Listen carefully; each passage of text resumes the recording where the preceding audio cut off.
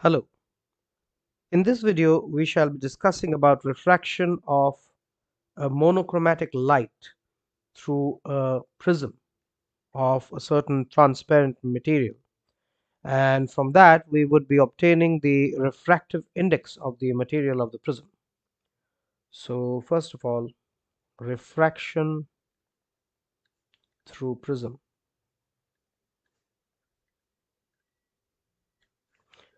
Now, any transparent prism that we are considering right now, there's the base of the prism, the bottom one, that's the top vertex, which we can name as A, and therefore the angle that is at the top is the angle of the prism. So here the angle of the prism is simply, let's say, equal to A. So we have a monochromatic light, a single wavelength light, to be incident on one of the sides of the prism, one of the faces of the prism, and we have the normal drawn at the point of incidence. So that's the normal at the point of incidence, and then the light ray gets refracted to the other side of the prism, other face of the prism, where we consider another normal at the point of incidence on that surface. And as you can see, these two normals on both those surfaces, they are meeting at a certain point. We name that point, let us say, O. And then we have the final ray that is emerging out of the other face of the prism, provided that the angle is less than the critical angle. So in that case, the light ray would emerge. Now let's see what we have in store for the as far as the angles are concerned. I'll use another ink for that. So these are the angles. Now with respect to the normal, the angle of incidence is I for the first ray which is incident on the first face, and the corresponding angle of refraction within the prism, that is R1. Let me write that clearly for you. I'll rather instead of zooming it, which is not that clear, I would rather write it once again. So we have this angle as R1. Well, for the other angle, which is on where the light is incident from the second medium into the first medium, which was the outside medium, I would, instead of taking it as I would rather take it as R2, because we are considering the refraction case in the second medium, so I would rather consider it as R2. And the angle with which it is emerging out of the other side, other face of the prism, I would name it as E. So this E is the angle of emergence as we know it, with respect to the normal when the light ray is emerging from the other face. Now this light ray would have continued in this direction. This light ray would have continued in this direction had there been no prism over there. But it has got refracted and finally emerged out of the other face. Now this emerging ray, when produced backward, that would give me the angle of deviation. So this angle is the angle of deviation. I'm writing it as delta. Delta gives me the angle of deviation that the light ray suffers from being incident on one face and emerging out in the other face. Now as you can see, there's a point P. I can take a point P where the emerging ray, when produced backward, meets the incident ray, which is produced in the forward direction. Now P, and I name these 2 points, the point of incidence on the first surface as M and on the second surface as N, right? So I have, now I'm zooming it for you. So we have a P, we have an M, we have an N, on those forming a triangle. Now, once again, in that triangle PMN, I'm zooming it for you. Uh, Not exactly zooming, but I'm redrawing that for you. That segment, that part, where there's this P, there's this delta, and there are the points M and N, and this is the ray actually which is moving in the in that direction.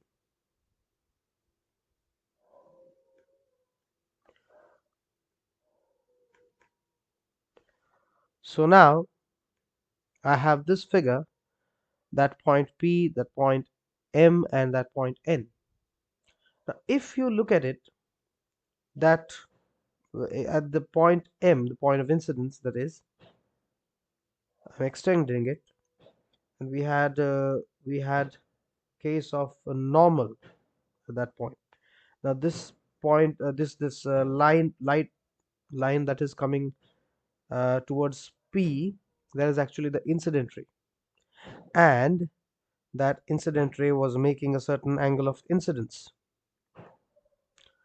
Now this angle of incidence with respect to the normal, out of that we have the angle of refraction over here, that is R1.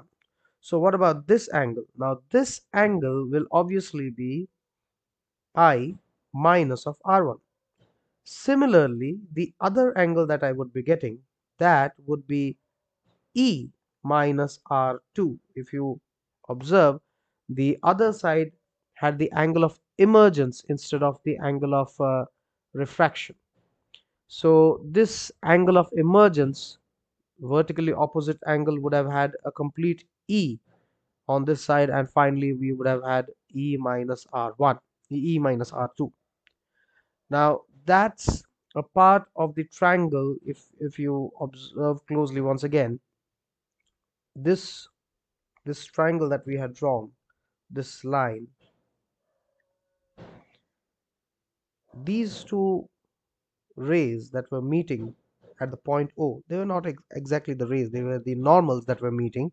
So at the point O, you had this as R1 and this as R2, and you have a quadrilateral at that point. Let me show you the quadrilateral. Look at the quadrilateral, that is A M O N. In that quadrilateral, what we have is the angle A plus angle O. They, when added to those normals which are meeting at the point O, both those normals will be 90 degrees each. So when added, they will form 180 degrees. And the total interior angle of a quadrilateral is 360 degrees. So we have the angle A plus the angle O to be equal to 180 degrees. 360 minus 180 is 180 degrees. And then we also have in that triangle MNO, we have the angle R1 plus angle R2 plus the angle O to be equal to 180 degrees. From that, if we compare these two equations, we have O and 180 degrees as such. Then for both those things to be equal, because the right hand side is equal, so the left hand side has to be equal, and out of that we are taking out the O angle. So the angle A, that is the angle of the prism, has to be equal to the uh, the refraction angles within the prism. So we have A to be equal to R1 plus R2. So this is an important equation that we must consider. Let's take it as equation 1. Then again, we have this delta, that is the angle of deviation over here. That angle of deviation is an exterior angle which has to be equal to the sum of the two interior angles, which in this case is I minus R1 and E minus R2. So we have delta to be equal to I minus R1 plus E minus R2. And that, if I just rewrite them in proper manner, I plus E whole of minus R1 plus R2. We know that R1 plus R2 is actually equal to A, so we can use that. So this is I plus E minus A. We can write it like that.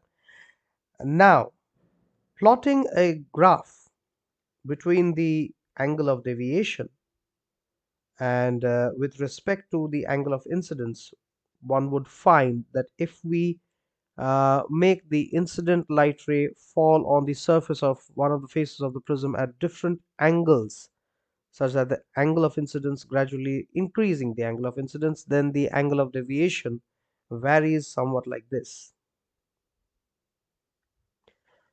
which means that the angle of deviation would decrease first to a minimum value and then starts to increase. Now, what one observes at this minimum deviation angle that we can take as a delta m. So that del m is that angle of minimum deviation, which obviously corresponds to only one value of angle of incidence. But that's not important. What's important is that that minimum value of deviation at that point when the angle tends to minimum value of deviation, we find that the angle of incidence is nearly equal to the angle of emergence, and also the angles R1 and R2 are nearly the same. We'll take that as R for now, which is a mean angle of refraction in this case. So what we can do is that we have the equation 1 now to change to a certain form, that is A is actually R1 plus R2. Because we have taken it as R, we can have this side as R plus R is 2R. So we have the angle of refraction in the second medium to be equal to A over 2. Similarly, we also have the case of this equation. This is, let us say, the equation 2, and that somewhat changes. On the left hand side we had delta, which was the angle of deviation. That somehow changes. And what does that change to? Well, delta is now the angle of minimum deviation, delta m. I plus E is actually 2 times of I, and there we have a minus A, and that can be just rewritten to get I, that is equal to del m plus A entirely divided by 2. So we have the angle of incidence in the first medium, we have the angle of refraction in the second medium from these two equations. So we can just use those values and find the refractive index of the material of the prism. Now the refractive index of the material of the prism, I'll write it over here at the top. That's an empty space available. So mu is the absolute refractive index of the prism if the first medium is probably air. So we have refractive index to be equal to sine of the angle of incidence, which in this case is actually equal to del m plus the angle of the prism entirely over 2, and then divided by sine A over 2. So that's the case of refractive index of the material of the prism. I think that just got congested over there. I'm rewriting it again. I just got rid of that angle sign over there to make A properly visible. So that's more or less the equation that we were looking for, the equation associated with the refractive index or the refraction in case of refraction of a monochromatic light through a prism, and the refractive index of the material of the prism in that case. Now, usually it's the case where we have thin prisms associated. Now, in case of thin prisms, when we consider the angles are relatively very small. And as you know that for smaller angles, we take a different kind of approach. We drop the sine and the tangent or anything like that, and we can just have the angles concerned. So what do we get then? Well, in that case, considering the case of thin prisms, we have the angles to be very small, and also the case of the angle, especially A, becomes very small. That is the angle of the prism. So the above equation now for the refractive index changes to somewhat this kind. That is, mu is equal to, instead of sine, we can drop the sign, because for small angles, as you know, sine theta tends to theta. As a result of that, we have the refractive index now to be given by just simply del m plus A divided by 2, and that entirely divided by A over 2. The 2's get cancelled out, so we have the A get cross multiplied to mu, and then on the other side we have del m plus A. So we have the angle of minimum deviation to be equal to, well, the A can go to the other side, so we have A as the common term, and then we have mu minus 1. So this is the minimum deviation directly associated with the angle of the prism, provided we consider a thin prism where the angle of the prism is really small. And this gives an average dispersion or average deviation in case of dispersion of light rays. When a white light enters into the prism, it gets dispersed because the wavelengths, being different for different colors of light, uh, although the frequency remains the same, but because of the variation in the wavelength of all the constituent colors, they take up different velocities, and as a result of that, they get separated. And because of the separation, they behave differently in that medium, especially with the velocity is concerned. They are different, and when they emerge out on the other side, the deviation angle is different for different types of for different wavelengths. So we'll discuss about that in the next video, although it's not really necessary from the board's point of view, but we'll be discussing that from the entrance point of view, and for various competitive exams that you would be requiring it, and for knowledge sake, we'll obviously look into that. Till then, thank you for watching.